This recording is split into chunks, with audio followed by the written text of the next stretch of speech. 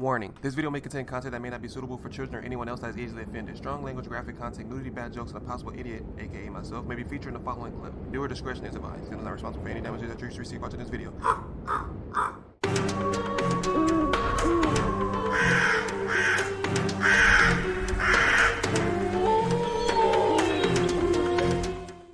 Hey, what's up, y'all? It's Zems, and welcome to another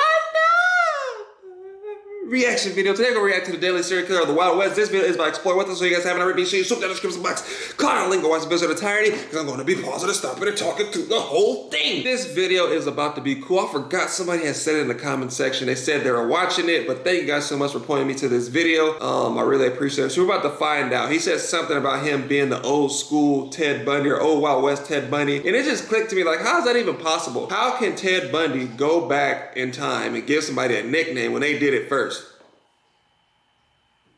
I would think the guy's name would be the new school, you know, like his name should have been his name, but I don't know. We'll see. Oh, if you guys are new to the channel, Reprisalzems, and welcome to the Crow's Nest. But for now, let's get it. It's about to go down. What is up, Ewu crew? The Wild West earned its nickname from the many gunslingers, outlaws, and criminals that roamed around the American frontier. But few people truly understand just how wild the Old West could be. Today, we are taking a look back at a man with a vile and infamous reputation, who epitomizes the ruthless savagery of the Wild West. Reprisalzems. Though his kills may not be as numerous as others in the Wild West, his dark deeds were far more shocking. Today, we are talking about a man who earned himself the nickname the Old West's Ted Bundy. Our story starts all the way back in 1856. Yo, I think I would have been a cold-ass cowboy, bro. What would have been my name? I was thinking like the Crow. Oh, damn, that would have been cold, right? Or the Chocolate Slanger. When Stephen D. Richards was born in Wheeling, West Virginia, his family was already bursting by the time Stephen came along, with 5 sisters and a brother. Damn. His mother was a devout Methodist, and his father worked as a farmer.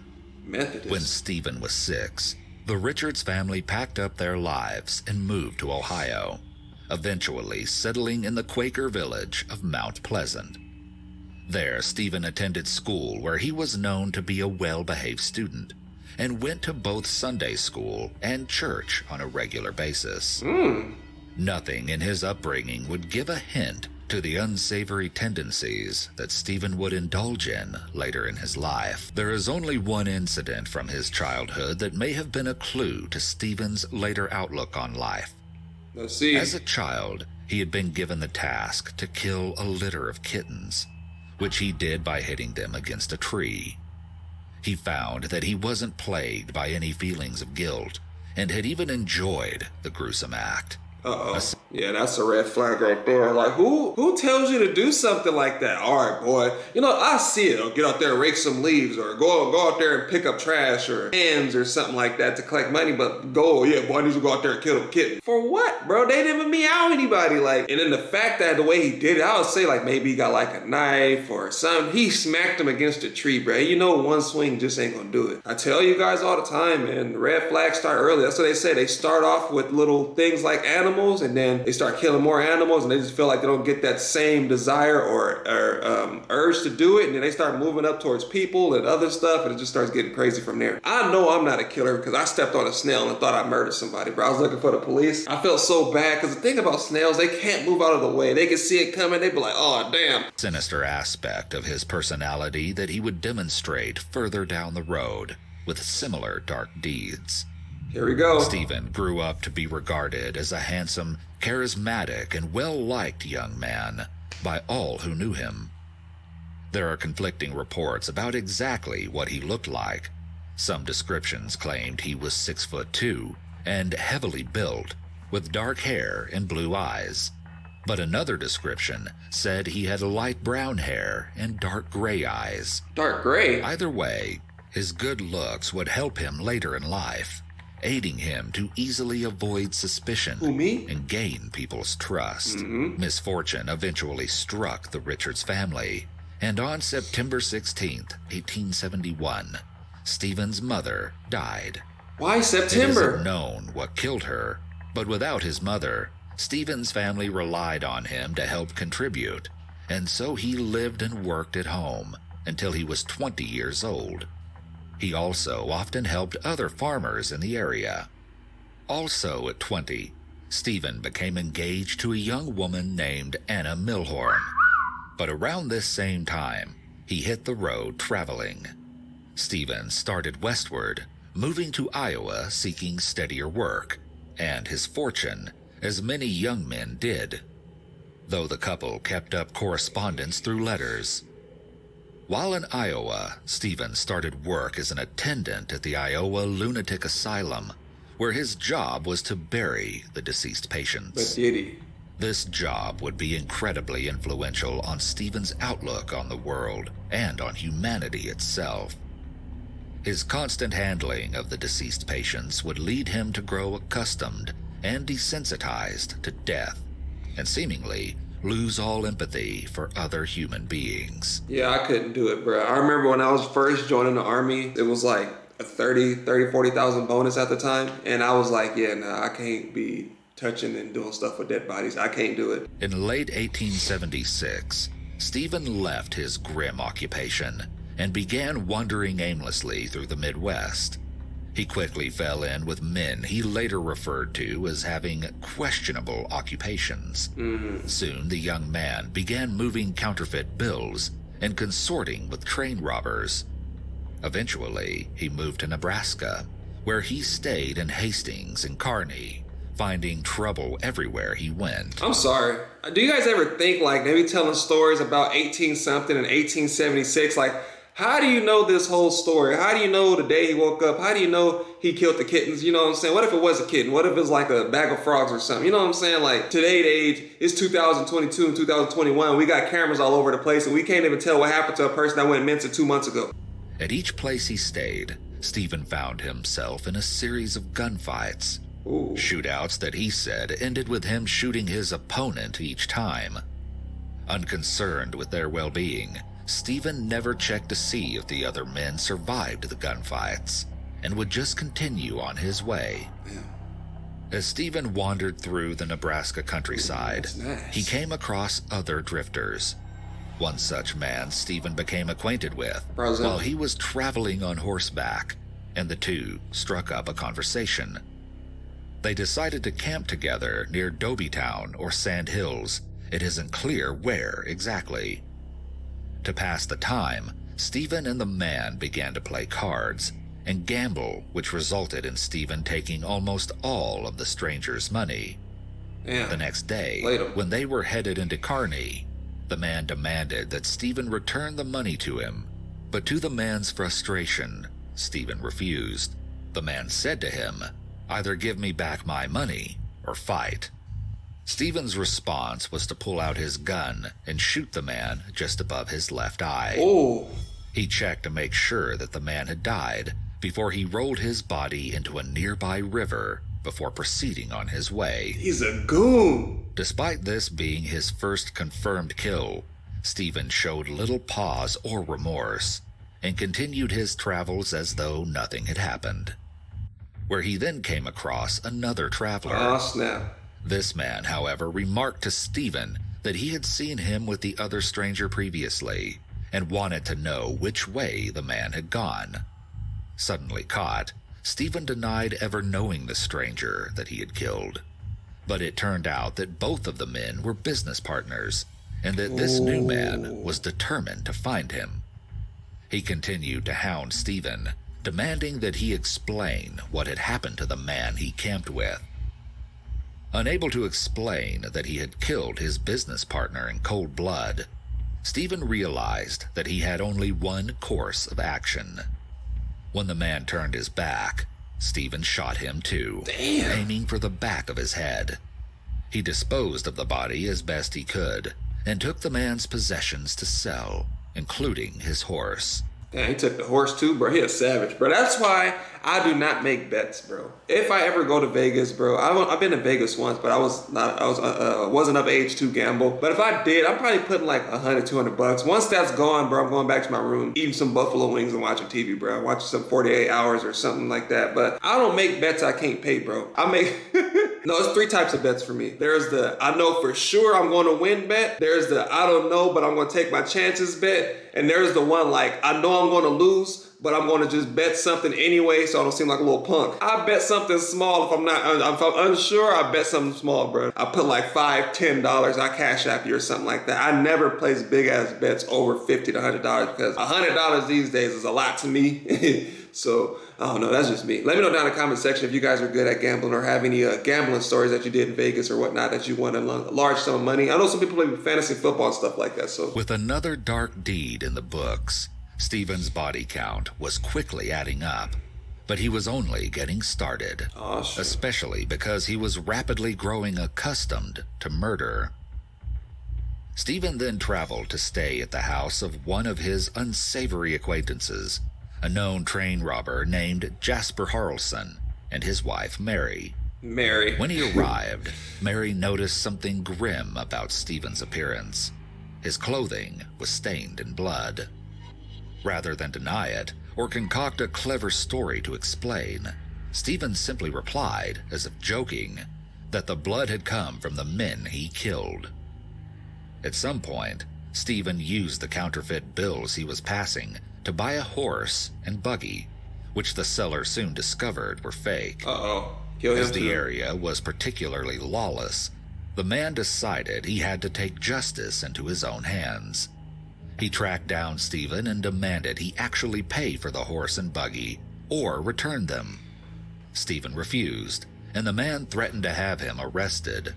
But before he could call for aid, Stephen shot and killed him. Bro, you're an idiot. I'm sorry. Why would you track the man down and order him to pay for the horse when he gave fake bills, which let you know he doesn't have the money to actually pay for the stuff he got? And then you're going to tell him, hey, I'm going to call the police if you don't give it back. Bro, you should have called the police before you went out there. Now you're about to get clapped. Bro, you already got clapped. But damn, why would you do that? Before burying the body and once again moving on. As is likely apparent, Stephen had an increasing lack of regard for human life. That's crazy, bro. In 1877, he soon added to his ever-growing victim list when he traveled with a young man known as Gimji, who he ended up having a vicious argument with and also killed. Apparently, their argument was sparked when Stephen awoke Gimji at 3 a.m., and pointed insults quickly began to fly. Stephen later recalled, quote, "It's a good thing you don't mean all you say," I said. "But I do mean it," he said. "You don't want to mean it," I said. And he picked up his revolver and, saying, "Here is something that backs all that I say," cocked it. I looked at him and thought, the fool acts as if he means to shoot. And skipping out my little .33, I plugged him one in the head. That was the first real trouble we ever had. You pull that, better use it. Stephen's crime spree only paused when he was arrested and put in jail in Kearney for larceny in 1878. But the authorities who found him had no idea the true depth of his dark deeds, and he was once again free later that year. Some things never change. While in jail, Stephen had reconnected with Mary Harrelson, the wife of the train robber. Mary was desperate for money, and she made a deal with Stephen that she would give him the deed to her house for $600. Little did she know she was welcoming a killer into her life, something she would later regret. Jasper Harrelson was on the run from authorities for his own crimes, and though he was seemingly still married to Mary, Stephen and Mary reportedly also got married, a move that many believed was Stephen's attempt to swindle her out of the land that she owned. That's crazy. And it appears that these speculations may have been right. Any marital bliss, if there was any, ended after a month, when Stephen's murderous inclinations turned towards his new wife and her 3 young children. 10-year-old Daisy, 4-year-old Mabel, and 2-year-old Jessie. You know they old. Mary likely knew that Stephen had killed at least twice before, as he had admitted as much to her when she previously saw him covered in blood. But as a single mother in the 1800s, Mary would have needed a husband to help take care of her and her family. And even a husband who had killed was better than destitution alone. Or so she thought. Bruh. On November 3rd, 1878, Stephen woke up before the rest of the household and went outside to dig a hole with a spade. Then he collected an axe and calmly returned into the house, where he successively killed Mary, Daisy, Mabel, and Jessie. How exactly Stephen killed the family is up for debate, though none of the alleged means were any less gruesome. One newspaper reported that Stephen later claimed he used an axe to kill the entire family. Let me just pause the video right here and just say, I don't know how the hell they're gonna call this man the old school Ted Bundy. To me, I think he's worse than Ted Bundy, but that's just my opinion. Let me know down in the comment section if you feel the same way. This dude kills anything just for no reason, bro. Wasn't Ted Bundy like more on the women's side? Like he was killing women and stuff like that? Like this dude killing kids, pigs, cats, snails, people, bro. Like he's out of control. He who does that, like he finessed her to the fullest, bro. Bought her house for $600, married her, took the land, and then killed her and her kids, bro. Damn, this dude, oh my lord, bro. While they still slept, going from one room to the other. Stephen would say that most of them had died after the first several blows, all except for Daisy, who had, quote, writhed in pain for some time. He's sick, bruh. In another report, he killed Mary and one of the children by using a smoothing iron and physically assaulted the others until they too died. Well accustomed to killing at this point, Stephen allegedly cleaned up the blood and scrubbed the floors before sitting down to have his breakfast. Damn. He then carried out the bodies and put them into the hole he prepared. He had over easy eggs. Whenever anyone asked what had happened to Mary and her children, Stephen would calmly reply that she had left town to find her husband, Jasper. At some point, Stephen began using aliases, likely to avoid any connection to him and his many murders. When his new neighbor, a Swedish immigrant named Peter Anderson, asked him for help on his land, Stephen introduced himself as Dick Richardson. Sus. Their relationship took a sour turn when Stephen offered Peter a meal he had made, and the man became violently ill. Peter told their other neighbors that he suspected Stephen of trying to poison him. The next day, Peter went to Stephen with his accusation, which Stephen denied. The two then began to argue, with Peter reportedly attacking Stephen with a knife. It isn't clear exactly what happened, but Stephen ended up killing Peter with either a hammer, a hatchet, or shot him. Either way, he buried Peter's body under a pile of coal within his own cellar. Damn. With this last death, Stephen believed that his crimes would soon catch up with him. In the evening, he packed up to flee Kearney before he was caught.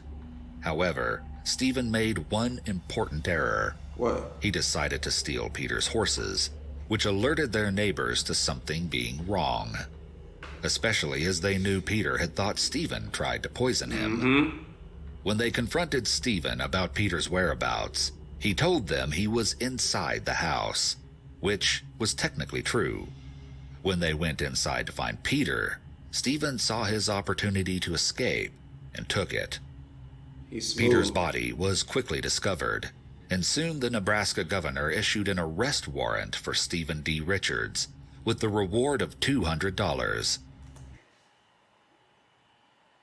I know, I'm thinking from a modern standpoint, but $200 ain't nothing today, bro. That's like what? A bill? That's like a light bill, depending on where you're located. $200, you'll probably be sitting pretty for a long time for $200, bro, because up there, like 5 cents was like meat or stuff like that, so you'll be sitting nice for a little bit, but $200, bro, is not worth it, bro. If they would have knew what they was trying to catch this man in today's standards, they would be pissed. Wanted posters were drawn up, showing 22-year-old Stephen with a large mustache. He do fisticuffs. Stephen was truly on the run then, with many in Nebraska looking for him.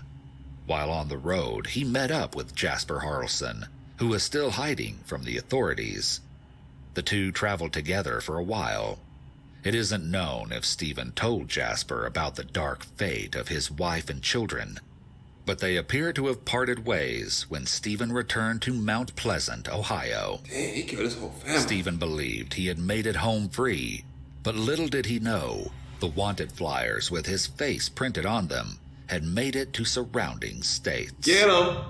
On December 20th, 1878, Stephen attended a ballroom dance with two women, and there he was spotted by the eagle-eyed Constable McGrew. I don't know who that is. Recognizing Stephen as a wanted killer, McGrew sought the help of a penitentiary guard, and the two collected their shotguns and set out to hunt down a murderer.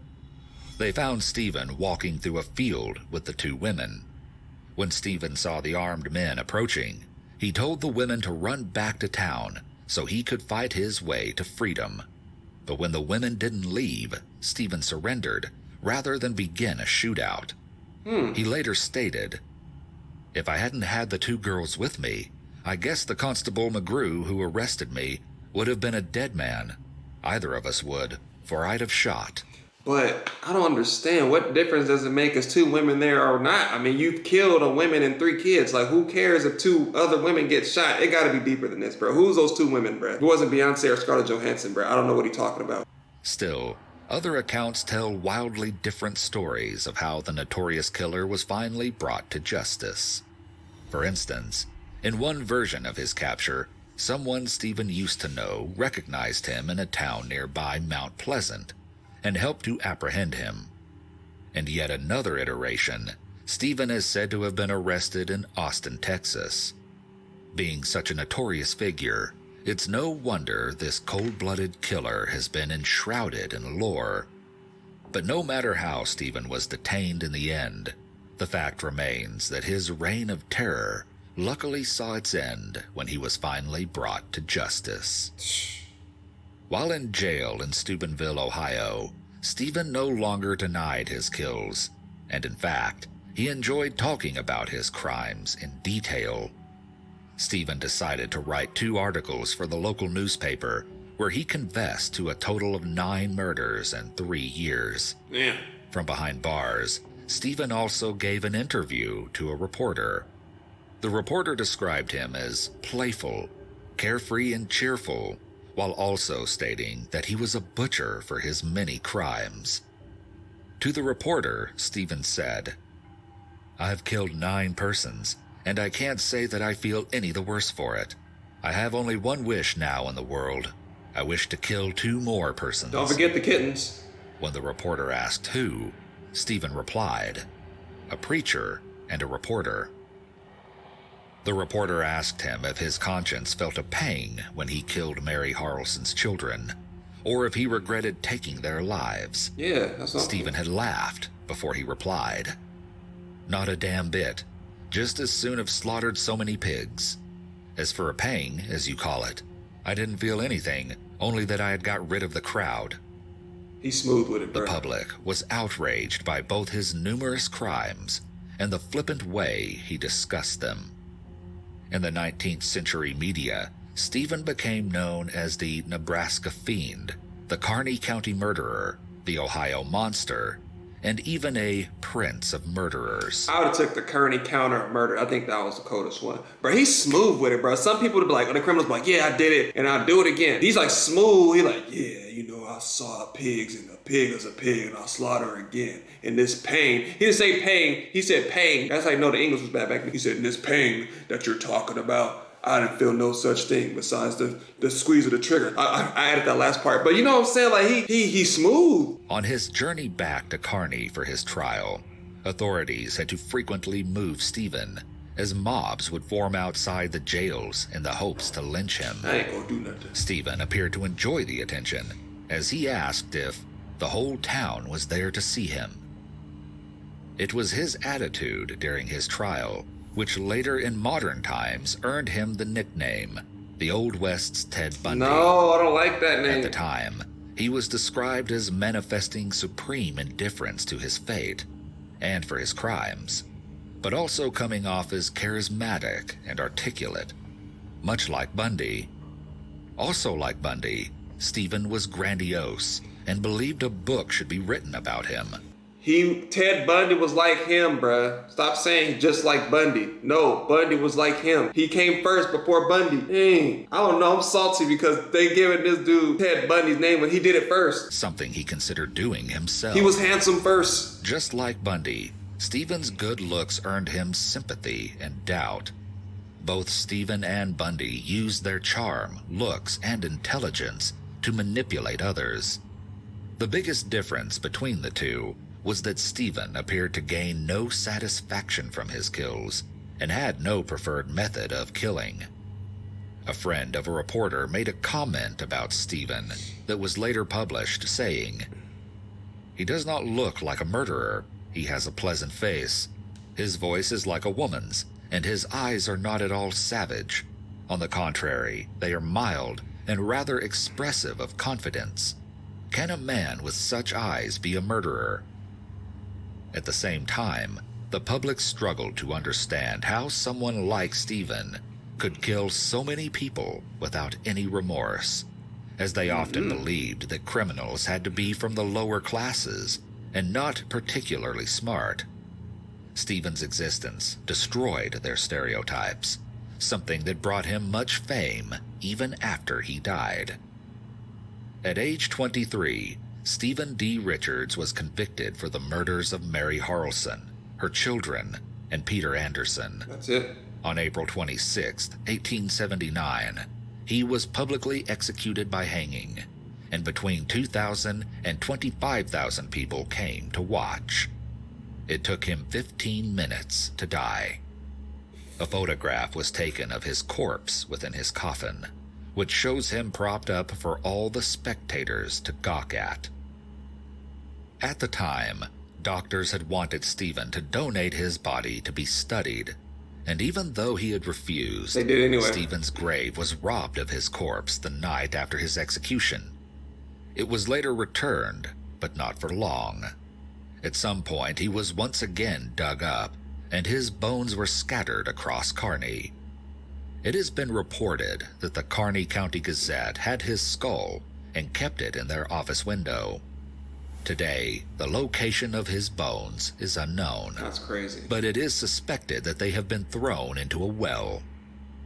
Stephen's notorious story has fascinated us through history, not only for how he managed to use his charm and charisma to sow doubt in spectators during his trial, but also for the total lack of compassion and remorse that he displayed for his victims. Yo, my boy, the Night Stalker, Richard Ramirez. No, man. That's crazy to think about, bro. Even after your death, people still wanted your body, bro. They still wanted you. I'm pretty sure they took their body and did some kind of experiments and stuff, but I'm pretty sure if they had today's technology and scanned his brain, he probably had that one thing. I forgot what documentary I was talking about when they were studying serial killers. Every serial killer, they said, has some part of their brain. I forgot it wasn't, I'm not like a medical type person. It was like not stimulated or something like that. You know, it's the one that causes like pain or fear or something like that. It's always something that stands out in their brain compared to like normal people's brain that don't kill and do all that other stuff. Like I say, I just don't feel like they should call him the Old West Ted Bundy because he did it first. I'd rather have been called the Kearney County Killer or, you know, Stephen or what's his name called? Ted Bundy, the new age Kearney County Killer, you know what I'm saying? Because he did everything first. He was born first. He was handsome first. He was smart first, you get what I'm saying? But then Ted Bundy came along in this modern age and people don't really talk about the old one, people back in the day. And I think he was more intimidating and scary because it was hard to catch people like this back in the day. And he gave up. And I'm pretty sure if he didn't have some kind of feeling or emotion to not have a shootout with the two people when he had the two ladies with him, then I think he would have still been on the run and probably got more people under his belt. He was killing people just to kill them, and he didn't have no satisfaction behind it. He was just doing it because he could, and that's what makes him scary. Like Ted Bundy had to be like, oh, they have to be like this and this tall and this pretty and stuff like that, and he'll kill him, and he gets satisfaction from it, and he'll go back home to his wife and kids. He didn't have no wife and kids. He killed his wife and somebody else's kids. Like he was that man, bro. And for them to be like, oh, he's the old West Ted Bundy, not even close. I don't think there is a comparison. Yeah, you can say they're both handsome and one had satisfaction and one didn't, but at the end of the day, if you did it first, then I feel like that's your label, you know what I'm saying? That's your title. But that's just my opinion on it. But let me know down in the comment section what you guys feel. This video is by Explore With Us, so if you guys haven't already, be sure to shoot down the description box, comment on the link, and watch the video in its entirety, because I was pausing and stopping and talking through the whole thing.